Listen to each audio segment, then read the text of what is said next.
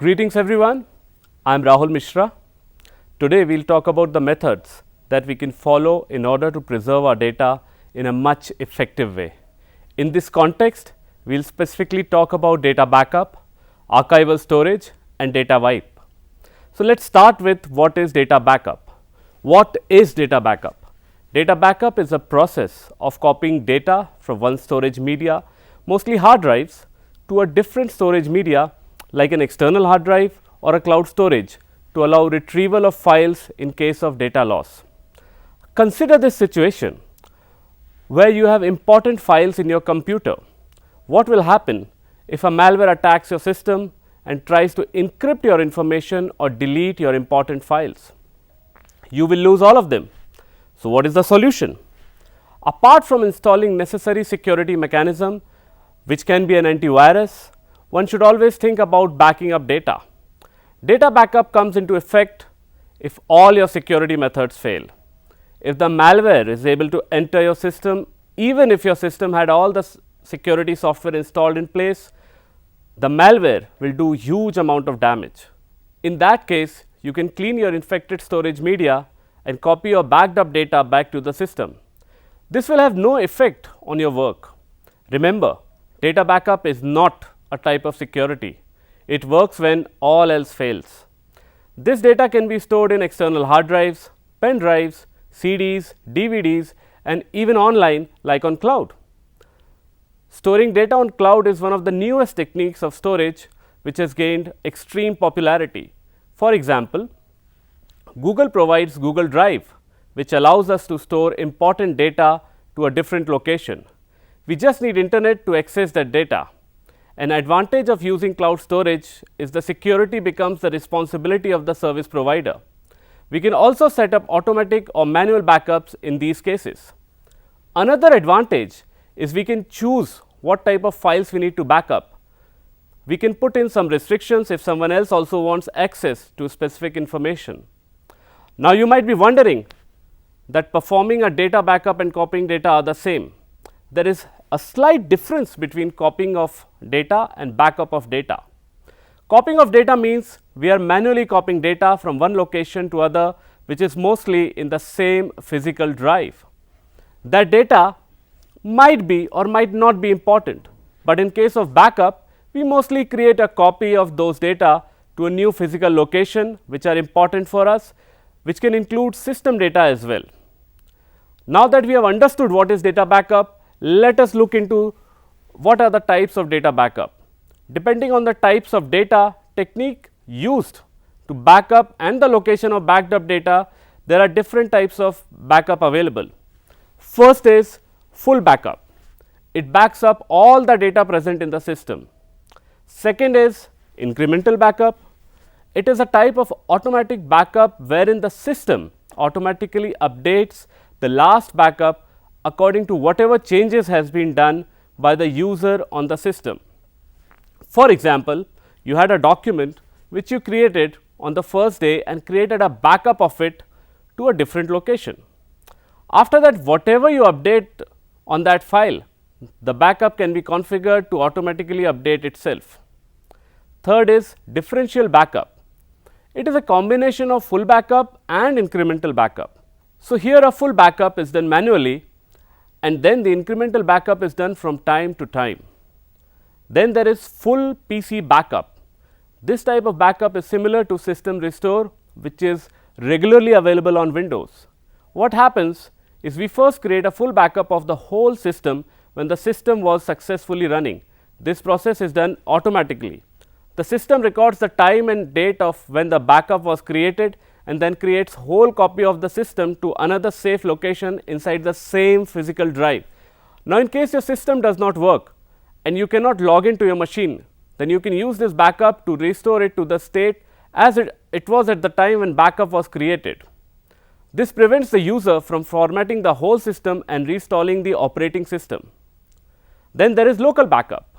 It means creating a backup of your data in another physical drive which is available to you locally or which you can access physically.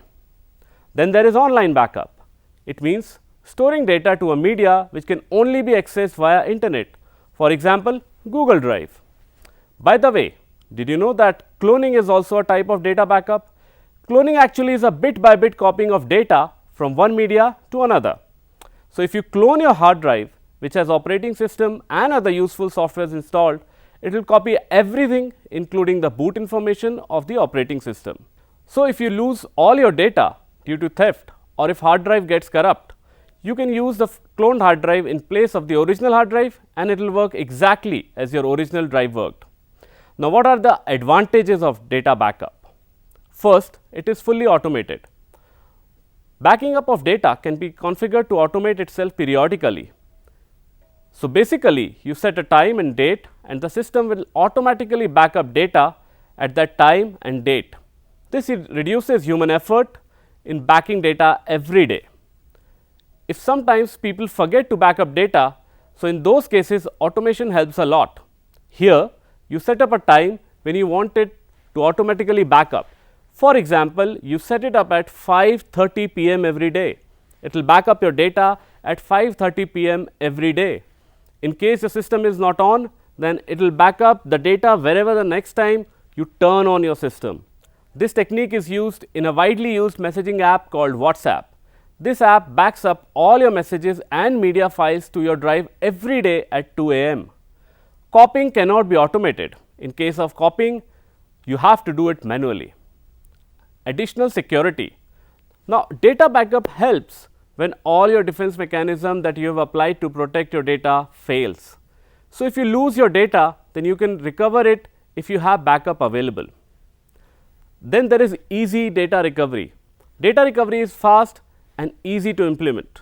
Well, there are not many disadvantages of data backup except that it takes a lot of space, thus the cost increases. Some of the examples of where we can back up data are hard drives, pen drives, memory card or even cloud storage, as I told you earlier. Now, we are going to discuss a case study which is a live case study and it happened with a company which is very near and dear to us. Almost 20 years ago, Pixar Studios was working on Linux machines. On Linux machines, there is a command that removes everything below the current directory on which it is run. Someone inadvertently ran that command at the root level of the Toy Story 2 project. Entire sequences started disappearing right in front of everyone's eyes. Oren Jacob, former CTO of Pixar, called systems to demand they unplug the machine immediately, which means they wanted the machines to be unplugged physically. After doing so, then plugging it back in a few hours later, they realized that most of the film was deleted, it was gone. 90% of the movie had been deleted by that particular command. It would have taken a full year of all 150 Toy Story 2 crew members to recreate all the work that was erased in roughly 20 seconds. But Galen Sussman, technical director and now producer for the entire Toy Story 2 franchise, didn't panic. The first thing she did was check the backups of the film. Pixar has always had a history of backing up its data. Unfortunately, that's when they realized that data backups for Toy Story 2 had failed for the last entire month. Ideally, backups should be tested every few days or weeks in order to make sure your data is all there. But at the time, Pixar was not in the habit of continuously testing their backups. The problem was that Pixar's tape drives kept hitting the maximum file size. So, no new data was being consistently written to the drive. Luckily, Galen had a backup of the film on her home computer. She had been working from home due to giving birth to her son shortly beforehand. So, they had connected her machine to the local network and copied the whole file tree there. Her computer would have received incremental backups over her ISDN internet connection. They brought her computer to the studio, plugged it in, and voila, were able to retrieve the data and footage. The backup was about 2 weeks old, but the crew was able to verify about 70,000 files, then checking 30,000 files by hand. It was a miracle, but they were about to salvage Toy Story 2, only to scrap the entire film and recreate it within 9 months before its official release date. Let's see how we back up data in a Windows machine. Now, go to Start, search for an option System Restore. We then open it, click it on Create. In the next step, type a name for the restore point, then click OK. It will automatically generate a restore point for your entire system. If in any case the system gets infected by a malware, you can restore your system back to this point when you created it. In this way, you can get back your information without formatting your drive or reinstalling the operating system. You can also create multiple restore points if you want to. Now, coming to the second point, which is archival storage. We will learn what is archival storage here. Now, what is archival storage? In order to understand that, we need to know what is archival data, what type of data can be classified as archival data. In today's world, we handle a lot of data directly or use services of other businesses who handle our data. Now, all the data which is handled may be important for us or may not be. Those data which are unimportant now, but may be required in future, are stored to a new location, which can be new storage media, is called archival data, and the storage is called archival storage. Now, there can be a lot of confusion between archival storage and backup storage. In backup storage, we usually back up those data which are important for us. Automated backups may store unimportant data as well. In archival storage, only those data are stored which are unimportant for user at present, but may be important in future. Secondly, in backing up data, we create a copy of original data to a different location, but in archival storage, we move the original data to a new location to free up space on the original drive. Coming to advantages of storing archival data. First, space management. Moving unwanted data to a new location frees up a lot of space in the previous media which is in use. Second, access of data. Moving unwanted data to a new location prevents unauthorized users to access the data. Third, you can stay in legal compliance by maintaining all pertinent records. Deleting unwanted data can lead to a lot of legal issues. Storing of those data can help maintain a good business client relationship. Now, let us talk about the disadvantages of archival data. Now, storing archival data also increases cost. Since you are storing data to an external media, you are consuming extra space, thus cost increases. Coming to the last topic, which is data wiping. Before talking about data wiping, we should understand how deleted data works. For that, we should understand how an operating system works or how an operating system locates a file on the disk. So, when an operating system is asked to store a file, it stores the file to an empty location and also maintains a record in a table of where data is stored along with other information. When user deletes the file, the operating system only deletes the record time from the table. The actual data which is stored in memory is not deleted. The operating system only forgets the location of the data and treats that location as free memory. This is very similar how index of a book works. The chapters are written on the index of any book. However, even if you delete those chapters, if you remove it from the book, the index is already there. Essentially, the index is deleted in the operating system. However, the original chapters are still there. So, if the operating system wants to store new data, it can override that part of memory. So, let us take an example. Consider there is a file that needed to be stored in a drive. The name of that file is example.txt, it is a text file, and the size suppose is 10 KB, 10 kilobytes. Now, each section of the memory is numbered. Let us assume that this file is stored from location 100 to location 110, where each location is of 1 KB. The operating system will also maintain a record of which file is stored where. So, if next time you want that file, you can easily get it. That is called indexing. Now, if you want to delete the file, then you can simply press the delete button on the keyboard. The operating system only deletes the record from its table, which means it is deleted from the index. It does not delete the file stored from location 100 to location 110, as we discussed earlier. So, the actual file is still available inside the memory. we can use some data recovery software in order to get back that data. This does not happen in data wiping.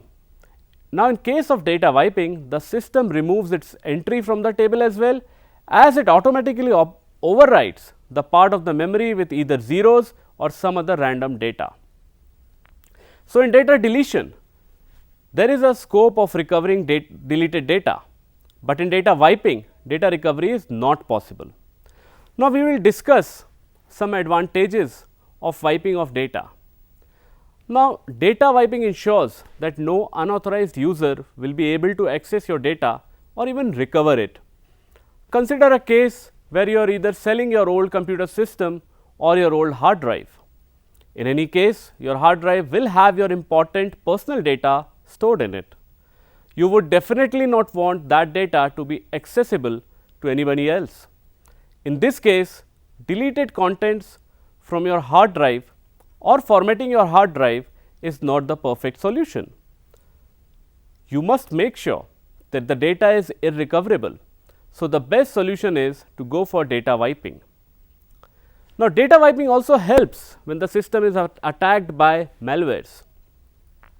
Certain malwares can enter your system and then store a copy of itself in the boot memory, which cannot be directly accessed by the user.